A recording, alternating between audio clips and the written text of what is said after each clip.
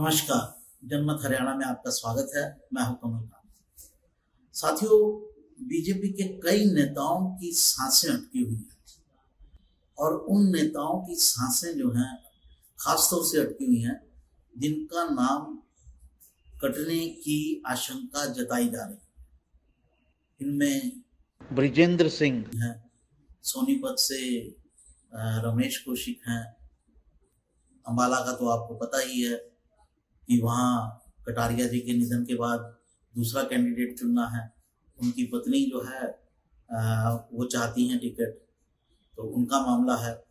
करनाल के कैंडिडेट खुद को चेंज करना चाहते हैं और भिवानी महेंद्रगढ़ से भी, हालांकि अब मामला थोड़ा क्लियर होता नजर आ रहा है, लेकिन पहले जो है वो जो वहाँ के मौजूदा सांसद हैं उनकी धर्मवीर जी की टिकट काटने की बात चल रही थी और सेंटर की तरफ से एक नाम था यादव जी का, भूपेंद्र यादव, जो नरेंद्र मोदी के खासे क्लोज हैं।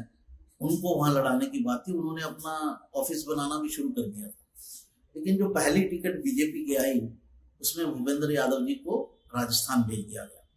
तो इसलिए अब धर्मवीर जी थोड़े से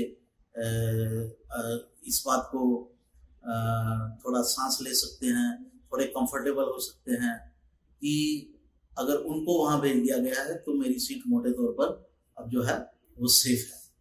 तो बीजेपी के बताया जा रहा है कि 8 तारीख को नामों की घोषणा होगी। 8 तारीख को सेंट्रल जो चुनाव समिति है, केंद्र की चुनाव समिति, उसकी बैठक है।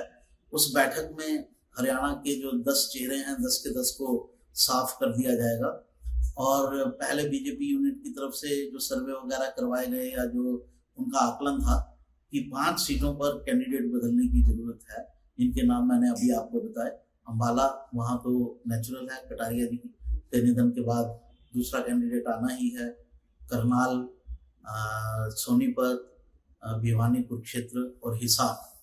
इसमें सबसे ज्यादा जो खतरा है वो ब्रिजेंद्र सिंह हिसार से उनका नाम बदला जा रहा है, क्योंकि उनके यहाँ जो है वो इन 5 सालों में अपनी कोई पैठ बना नहीं पाए।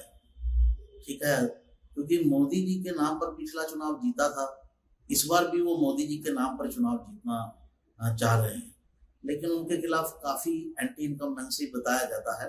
इस वजह से उनका नाम भी रिकमेंड नहीं किया गया और उनको बदलने की खासी जो है चर्चा है। हालांकि ब्रजेश सिंह कह चुके हैं कि वो चुनाव लड़ना चाहते हैं, लेकिन पार्टी उन्हें टिकट देगी या नहीं देगी ये एक सवाल है।